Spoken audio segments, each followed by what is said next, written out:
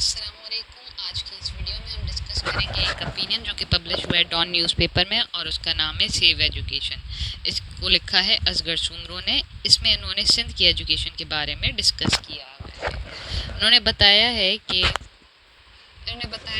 जो अभी बारिशें हुई, ये फ्लड आया था, उसकी वजह से पब्लिक एजुकेशन को बहुत सारी जगहों पे एग्जिस्टेंशियल थ्रेट हुआ है, मतलब उसके वजूद को ख़तरा है। सिंध में ही अगर इनिशियल असेसमेंट देखी जाए तो उनमें 16,000 स्कूल, जो कि out of 36,646 functional public school में से, बहुत बुरे तरीके से तबाह बर्बाद हुए हैं। आइदर फ्लड का वाटर की वजह से हुए हैं, या जो लोगों को स्कूलों में रहने के लिए जगह दी गई है, पनाह दी गई है, उसकी वजह से तबाह हुए हैं। स्कूल का infrastructure was already in tartar, मतलब कि वो पहले से ही खस्ता हाल था। And the flood has made it worse. उसने फ्लड ने या सैलाब की वजह से सिचुएशन और ज़्यादा ख़राब हो गई है, एग्रेवेट हो गई। आगे बताया गया है कि किसी भी महीने में स्टूडेंट का एब्सेंटीज रेट वैसे ही ज़्यादा होता है, जो कि 40 to 60% बच्चे आते ही नहीं हैं। ड्रॉप आउट रेट मीन्स कि स्कूल को छोड़ने का रेट प्राइमरी लेवल पे बहुत ज़्यादा है, जैसे कि almost 50% of children walk out of school before reaching class 5, मतलब 5वें दर्जे तक की तालीम भी 50 से ज़्यादा % स्टूडेंट्स हासिल नहीं करते। और आगे की transition from primary to secondary वो उससे भी ज़्यादा लो होती रहती है। स्टबर्नली लो मीन्स कि उससे भी ज़्यादा लो है। Of course, it's not the secret that the quality education continue to be a serious concern, कि हमारे पास एजुकेशन का बहुत ज़्यादा ही मसला है। सीरियस कंसर्न है कि ये बहुत गमगीन मसला है। पीरियोडिक सर्वे और असेसमेंट से ये पता चला कि लो स्कोर्स इन लैंग्वेज जैसे इंग्लिश, उर्दू और सिंधी, मैथमेटिक्स और जर्नल साइंस के सब्जेक्ट्स में के स्कूल्स में भी रही है। जो while the percentage share of education and provincial outlay, वैसे तो गवर्नमेंट अगर दिखाए कि प्रोविंस में एजुकेशन का स्टैंडर्ड कैसा रहा है, तो उसमें ये पता चलता है कि एजुकेशन का हमारा जो रिटेंशन रेट है या एजुकेशन लिटरेसी रेट है, वो हमारा प्रोविंस का 2011 से कंपेयर किया जाए तो उसमें 13.4% था। अब 2017 में 18.5% है। ओवरऑल जो है the overall impact on school environment has been negligible. तो इससे ये पता चलता है कि अगर 2011 में जब बारिश हुई थी उस टाइम से कंपेयर किया गया है कि स्कूल पे स्कूल के एनवायरनमेंट का इम्पैक्ट बहुत ही कम नज़र आ रहा है। उससे कोई मतलब इंफ्रास्ट्रक्चर वगैरह से कोई ऐसे स्कूल एनवायरनमेंट से कोई फ़र्क ज़्यादा नहीं पड़ रहा।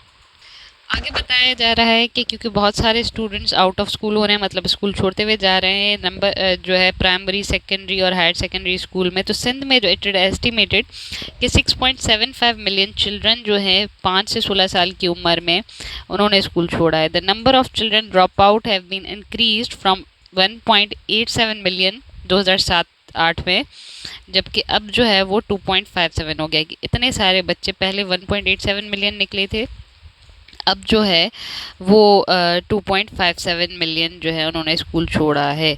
अब उन्होंने बताया है कि मैं जो है बहुत सारे प्रोजेक्ट्स पे वगैरह पे एजुकेशन रिलेटेड पे काम करता हूँ, तो ये रेट्स जो है ये फैक्ट फिगर्स जो है वो ऊपर नीचे हो सकती हैं, क्योंकि गवर्नमेंट जो है वो सही डेटा प्रिपेयर नहीं करती in order to get foreign loans and grants. तो पॉसिबिलिटी है कि जो है ये डेटा सही ना हो, पर स्टूडेंट्स का या चिल्ड्रन का ड्रॉप आउट रेशियो जो है वो एक मसला है। आगे बताया जा रहा है कि जो है ये तो स्कूल एजुकेशन जो है वो स्टूडेंट्स का कॉन्स्टिट्यूशनल राइट है, जो कि यहाँ पे बताया नहीं गया कि कॉन्स्टिट्यूशन में 18th अमेंडमेंट के बाद जो है constitutional right article number 25A के तहत ये है कि स्टूडेंट्स को, बच्चों को जो कि 5 से 16 साल के बच्चे होंगे, उसको हुकूमत जो है मुफ्त तालीम मुहैया करेगी। तो उनका कॉन्स्टिट्यूशनल राइट से उनको डिप्राइव किया जा रहा है। While huge urban to rural as well as gender equality abound in the province, कि जेंडर इनइक्वालिटी भी यहाँ पे जो है एक मसला है, क्योंकि आधी से ज़्यादा सिंध में लोग जो है वो रूरल एरियाज़ में रहते हैं, जहाँ पे क्रॉनिक प्रॉब्लम क्या है कि इलिटरेसी है, आउट ऑफ स्कूल चिल्ड्रन है, आबादी बढ़ रही है, पुअर लर्निंग आउटकम है, तो वो ख़त्म ही नहीं हो रहा है। एक एस्टिमेट कहता है कि लिटरेसी हमारे पास डिक्लाइन हुई है, 60% से 58% तक आई है, पर अगर रूरल और अर्बन डिफरेंसेस को देखा जाए तो 73% ऑफ पॉपुलेशन जो कि 10 या उससे साल से अबव से है, is said to be literate in urban area, जबकि रूरल एरिया में यही फिगर 39% पर है। तो जो ओवरऑल कंट्री की लिटरेसी इम्प्रूव हुई है 60% हुई है 58% से, उससे रूरल एरिया की लिटरेसी पे कोई ऐसा इम्पैक्ट नहीं आ रहा। अब सवाल आता है कि ये एजुकेशनल क्राइसिस क्यों हमेशा रहे हैं, जबकि आज़ादी के बाद से ये मसला हल क्यों नहीं हो रहा है। इतनी हुकूमतें आई हैं, सिविल हुकूमतें भी रही हैं, मिलिट्री भी आई, तब भी एजुकेशन के क्राइसिस को, ये मसलों को हल क्यों नहीं किया जा रहा। तो बताया जा रहा है कि effective solution to the chronic ill that beset this sector of national life has eluded everywhere. अब 7 सालों से सेवरल एजुकेशन पॉलिसीज़ भी बनी, 5 ईयर प्लान्स भी आए, डेवलपमेंट स्कीम्स भी आई, पर वो सिस्टम को किसी भी तरीके से काम में या एजुकेशनल सिस्टम को इम्प्रूव नहीं कर सकी। उसके पीछे रीजंस क्या हैं, ये रीजंस बताए हैं। Faulty planning, defiant governance, poverty, awareness नहीं है कि पेरेंट्स को पता ही नहीं है एजुकेशन की सिग्निफिकेंस के बारे में। तो यही जो है कंटिन्यूस फेलियर का बायस बनते of the efforts to boost the learning के जो एफर्ट्स किए जाते हैं उनको ये परवाह नहीं चढ़ने नहीं देते। इस वजह से जो ये रीजंस हैं तो यहाँ पे कॉजेज़ या रीजंस कंसिडर कर लें तो इनकी वजह से हमारा एजुकेशन सिस्टम बेटर नहीं हो पा रहा। पर आगे कह रहे हैं the hard truth is that कि प्रॉब्लम का हल निकाला जा सकता है had the ruling elite demonstrated a sincere commitment toward the education. अगर कि है जो हमारी रूलिंग एलीट्स हैं, जो हमारी पार्टीज़ हैं, जिनमें अमीर तबकों के लोग आते हैं, क्योंकि हमारी सारी रूलिंग पार्टीज़ में अमीर तबकों के लोग होते हैं, कि अगर वो अपनी सिंसियर कमिटमेंट देते कि हम एजुकेशन सिस्टम को इम्प्रूव करना चाहते हैं तो बिल्कुल हो सकता है।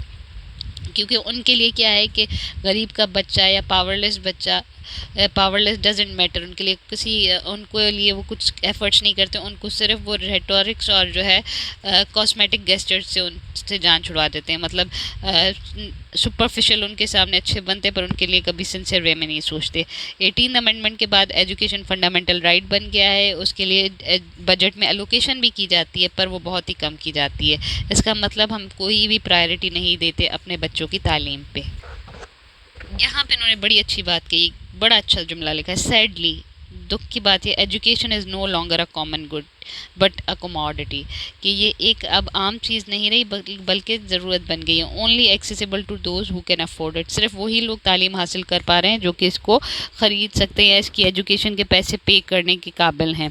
वेल ऑफ पेरेंट्स जो हैं वो पब्लिक एजुकेशन सिस्टम में इंटरेस्ट नहीं रखते। मार्केट बेस्ड सोल्यूशन जो है उसकी वजह से multiple schools, English medium schools, elite schools जो हैं, private schools, low cost private school या रिलीजियस स्कूल्स जो खुल गए हैं। इसकी वजह से क्या हो रहा है, hierarchical schooling system is existing social stratification, reinforces existing social stratification and biases। अब यहाँ पे आपको एक इम्पैक्ट बताया है। ऊपर हमने कॉज रीज़न देखा कि हमारे पास एजुकेशन सिस्टम क्यों इम्प्रूव नहीं हो रहा, उसके बाद कॉज मतलब देखे अब उसका इम्पैक्ट बताया है कि क्योंकि क्या हो रहा है कि एजुकेशन हर कोई अफोर्ड नहीं कर पा रहा, सिर्फ जो है वेल ऑफ जो है एजुकेशन को अफोर्ड कर पा रहे हैं, क्योंकि अब वो जो है कमोडिटी बन गई है, कॉमन गुड नहीं है। तो उसकी वजह से क्या हो रहा है कि एजुकेशन में इनइक्वालिटी आ रही है। अमीर लोग का बच्चा प्राइवेट स्कूल में अच्छे इंग्लिश मीडियम एलीट स्कूल में पढ़ रहा है और गरीब का बच्चा पब्लिक स्कूल्स के आसरे रहा हुआ है। तो उसकी वजह से सोशल स्ट्रेटिफिकेशन जो है ज़्यादा हो रही है और बायसेस, तफर्रुक भी ज़्यादा हो रहे हैं, डिफरेंसेस क्रिएट हो रहे हैं। गवर्नमेंट के पास कोई भी पॉलिसी नहीं है कि वो कैसे मसलों को हल करे, वो सिर्फ एकदम से रिएक्टिव पॉलिसीज़ बनाती है, रिएक्टिव एजुकेशन प्लान्स बनाते हैं, प्रोजेक्ट्स आते हैं जो कि काम नहीं करते, उनसे कोई बेनिफिट नहीं मिलता। उससे ज़्यादा जो नेक्स्ट पॉइंट है, the growing urban and rural gender inequalities in education can't be plugged, कभी भी ख़त्म नहीं हो सकती unless the whole paradigm of education planning and implementation is reviewed and radically revise, कि एजुकेशन की जो सारी प्लानिंग है उसको रिव्यू किया जाए, उसे रिवाइज किया जाए, तो फिर ही जो स्कूल्स में जेंडर इनइक्वालिटी है कि लड़कियों को स्कूल नहीं भेजा जाता, उस चीज़ को ओवरकम कर दिया जा सकता है। बिज़नेस जो है वो कभी भी काम नहीं करता। फ्लड जो है उसकी वजह से हमें एक अपॉर्चुनिटी मिली है कि हम जो क्रॉनिक प्रॉब्लम्स हैं उनको हल करें, to make the education resilient to climate change, कि क्लाइमेट चेंज की वजह से हमारी एजुकेशन सफ़र ना करे। कि जैसे अभी बारिशें हुई हैं तो हमारी एकेडमिक स्कूल्स को रोका गया, फिर स्कूल्स को एज इंफ्रास्ट्रक्चर स्कूल को यूटिलाइज़ किया जा रहा है टेंट सिटीज़ बना कर लोगों को रिहेबिलिटेट करने के लिए। तो हमें ऐसी एकेडमिक एजुकेशन पॉलिसी बनानी चाहिए कि जिसकी वजह से हम जो है एजुकेशन को कुछ भी सफरिंग ना हो क्लाइमेट के हिसाब से। मतलब we have to make the education ever resilient to the climate change. और ये कैसे हो सकता है? It is up to the policy maker कि वो इन चैलेंजेस को अपॉर्चुनिटी में कैसे कन्वर्ट करते हैं और इनोवेटिव सॉल्यूशंस ढूंढते हैं कि जिसके तरीके से आप सिंध की एजुकेशन को इम्प्रूव कर दो। Hope you like the opinion. If you need or if you want further more videos on the opinion from the Dawn newspaper, kindly subscribe to my channel.